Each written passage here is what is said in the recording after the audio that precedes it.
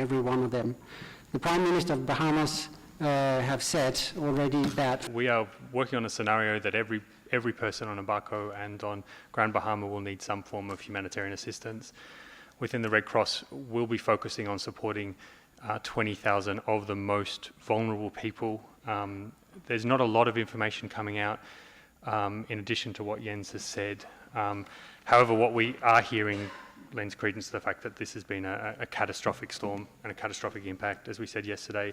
In terms of needs, we believe that Abaco Island has the most vulnerable population. There's a large Haitian community on the island who will need, we believe, a significant amount of assistance to recover from and rebuild after this storm.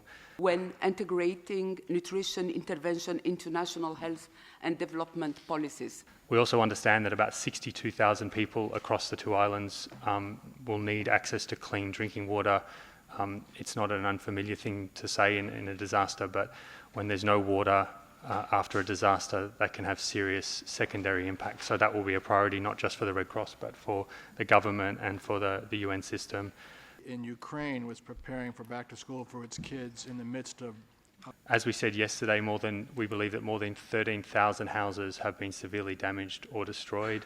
That's about 45% of all homes on the two islands. And again, we'll know with more clarity in the coming days. I think the first assessment is scheduled for tomorrow, according to the government. Well-being. We learned that since the start of 2019, the United Nations Ukraine Education Club... Yesterday we released 250,000 from our disaster relief emergency fund. This morning the decision was taken to extend that to £500,000 Swiss francs to fund the first wave of response for the Bahama Red Cross and for the IFRC in the region. We also anticipate possibly today launching an international emergency appeal, and we'll be putting out a press release on that when that's available. Out in the back on violence that have affected education facilities. We've got a charter plane in Panama being prepared with relief supplies for about 800 families, and as soon as the airports are open, that plane will be going in.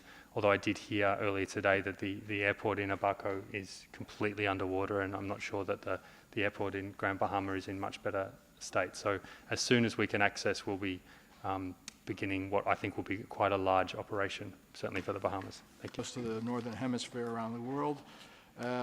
We got a report on... From numbers that we receive from the islands for the moment, numbers we need to be confirmed after the assessment.